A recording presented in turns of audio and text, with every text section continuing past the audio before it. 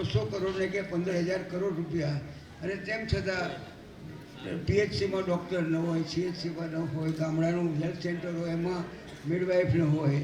આ બધી ફરિયાદો કંઈક તો ઉપાય કરવો પડશે. એટલે બાપુ સાહેબનું જે માર્ગદર્શન છે એને આપણે મનમાં વિચારીએ.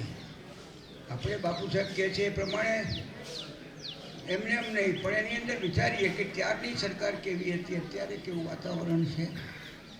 હું લગભગ 30 વર્ષ પછી અહીં કોરડા આવ્યો છું. તે રસ્તામાં મેં જોયું એમાં કંઈ ફરક પડ્યો નથી. આટલી યોજનાઓ આવતી અને 15માં નાણાં પંચમાં તો સીધા પૈસા ગ્રામ પંચાયતને આપવા માટેની વિકેન્દ્રિત કરી. આ બધું એટલા માટે કહું છું કે બાપુ સાહેબના આશીર્વાદથી આ બધી વસ્તુ એમને કંઈ ઘણી વખત ખ્યાલ ન હોય. આપણે સચિવાલય કેડરના જે આપણા પોતાના અધિકારીઓ હતા, જેમણે 4 વર્ષ ફિલ્ડમાં કામ કર્યું હોય, એમને સેક્રેટરીની પોસ્ટ સુધી સચિવાલયની અંદર નિમણૂકો કરાવી બાપુ સાહેબના વખતમાં થઈ.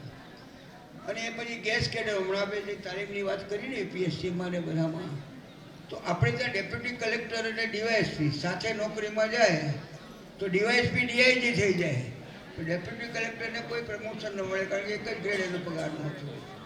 એ ગ્રેડને આપણે 3 ગ્રેડ કર્યા, 7,000થી 15,000, 15થી 37ના કર્યા, 15થી 37ના હતા એના 37થી 65ના કર્યા.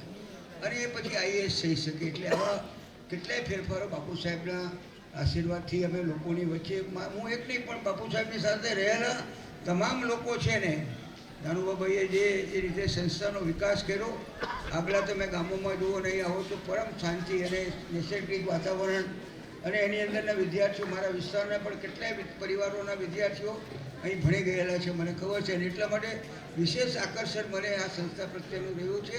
આજે 75મી વર્ષની ઉજવણી આપણે જો દારૂભાઈની કરતા હોઈએ તો એમના જીવન અને કવનનો ઇતિહાસ કરી, એનો અભ્યાસ કરી, અને ગ્રામ વિકાસ માટેની મહાત્મા ગાંધીજીની જે વાત હતી એનાથી પહેલાંની વાત હતી એને આપણે અનુસરી એટલા શબ્દો સાથે મારું સન્માન કર્યું.